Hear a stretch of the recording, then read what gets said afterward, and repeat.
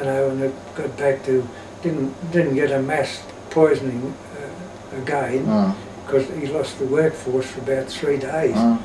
And I think it was all scraps of food, because we found a condom in one lot, a comb in another, cigarette butts in other lots of it. So we think it was scraps from somewhere around the shipyard, all piled up and taken out to the camp.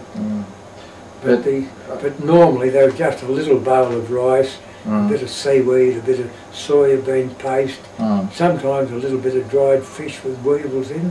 So we ate the weevils as well. So it didn't matter what they gave you, you ate it. And if you got anything else, it was a bonus. Now, how long were you in Kobe?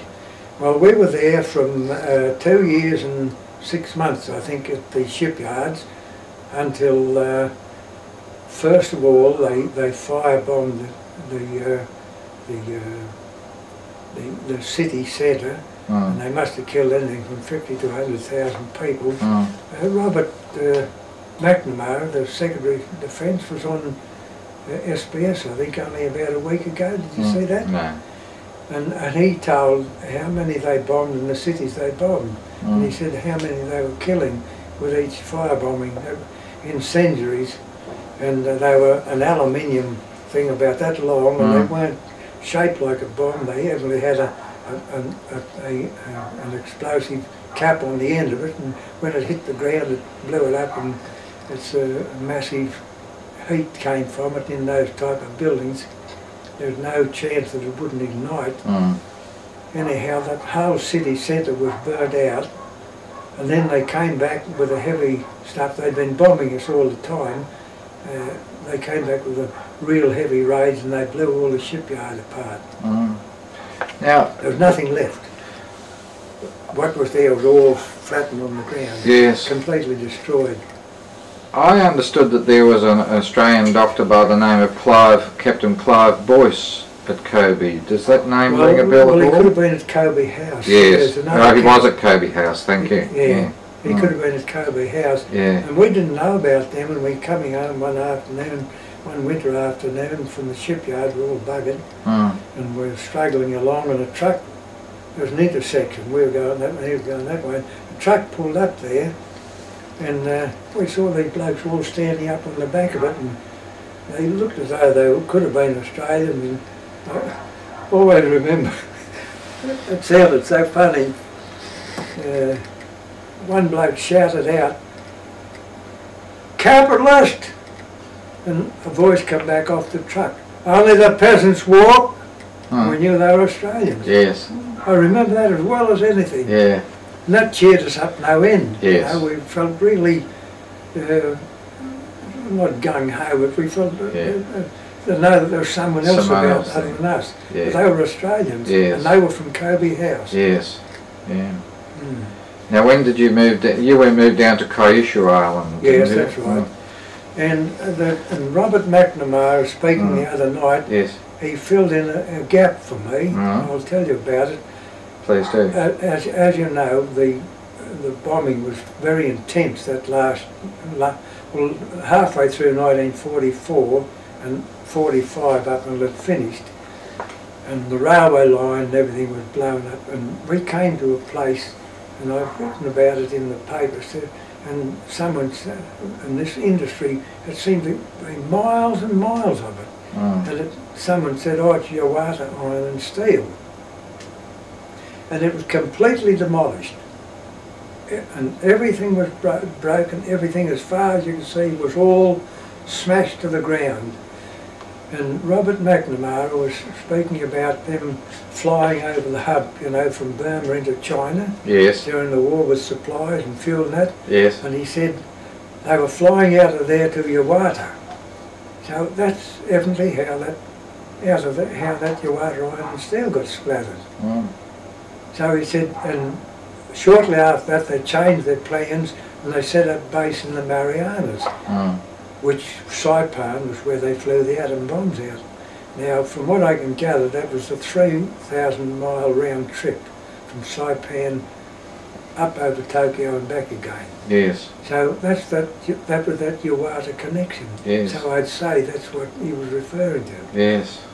So we went down, and it was a slow trip, of course, and we finished up at that Camp 26 at the coal mine. Now you must have you must have crossed some water to get there. So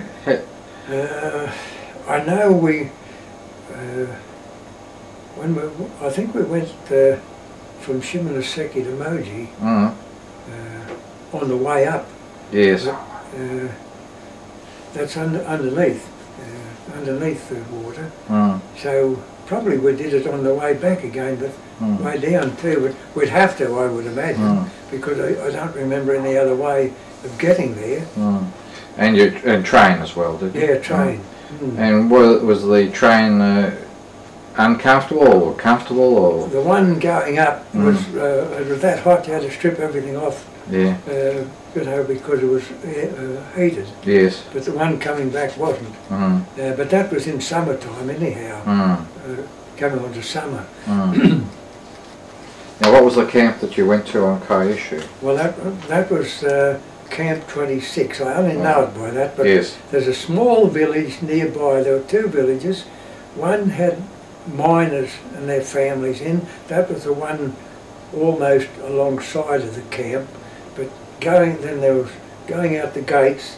I don't know which direction you're travelling, but there was the mine slightly to the right, but only about 300 or 400 yards from the camp itself. And about around that way was the coal miners' camp, we'll say. But about a mile down, you crossed a lovely stream of water, magnificent stream of water, fast flowing and icy cold, and a beautiful Japanese bridge over it. No metal, all wood. Everything was wood, not a piece of metal in it. And on the other side was this small village. It was either Isui or Isui, I-S-U-H-I, I-S-U-I, something like that. I can never been able to find it on the map. Yes. Yeah. But that was that village that we used to visit pretty near every day. Yes. Yeah. When the war finished. Yes. Yeah. And what work were you doing in Camp 26? Oh, well, we were mining. Well, I stayed in the mines until about a month before the war finished, I think. And my eyesight failed. It's failed several times over the years, but it was worse than it is now because I only had visibility about that far and blurry.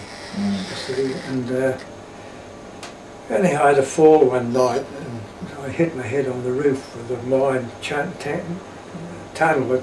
It sort of rock ledge dropped down, and I knew it was there, but I was riding these wagons down to the main junction and I forgot to duck and knocked me off, and luckily it knocked me off the railway line, and I never got hit by any coming behind. But they took me out of there then. But I'd been mining at the coal face. It was 3 feet 6 high, and my pelvis is on an angle now. It has been, and we were kneeling in such a position and shoveling like that, and there's a steel trough behind us. Yes. That shape. Yes. And we're shoveling the coal into that. And it was on a slope. And someone had like a squeegee, and they were pushing it down the chute. Yes. And it was about that high above. The wagons were only about a ton each, and it was about that high, and they were shoveling, pushing the stuff straight into it. And there were rows of those. As they filled up, they were linked up together, and when they got a certain number, they shoveled them down to the main tunnel. And what was the accommodation like in that camp? Accommodation?